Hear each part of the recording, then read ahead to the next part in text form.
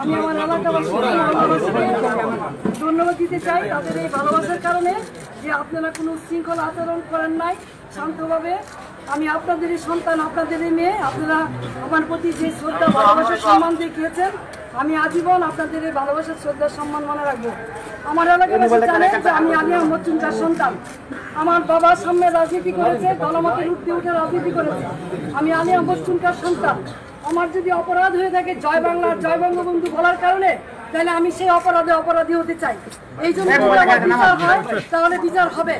কিন্তু নারায়ণগঞ্জ শহরে 21 বছর আপনাদেরকে আমি সেবা দিয়েছি, কোনোদিন কেউ বলতে পারবেন না যে আমি কখনো প্রতিহিংসা পরায়ণ হয়ে অন্য কোনো দলের প্রতি আঘাত করেছি, অথবা কাউকে আমি কোনো ধরনের বৈষম্য আচরণ করেছি। দলমতের উঠে উঠে নিজের দলের তারপরে মানুষের কল্যাণে কাজ করার চেষ্টা করেছি।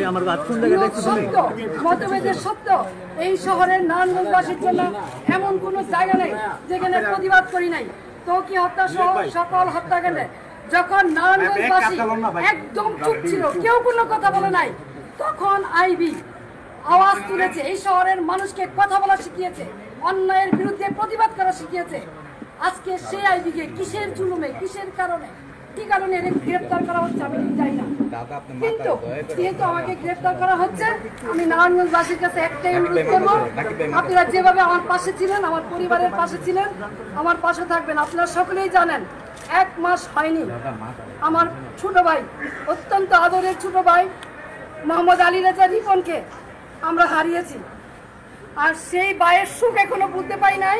3টা ছোট ছোট বাচ্চা, নাবালক বাচ্চা, তার মাঝখান দিয়ে আমাকে এইভাবে অ্যারেস্ট করা হলো, যেখানে আমার বড় ভাই নাই, বোন নাই, আমি সবার বড়।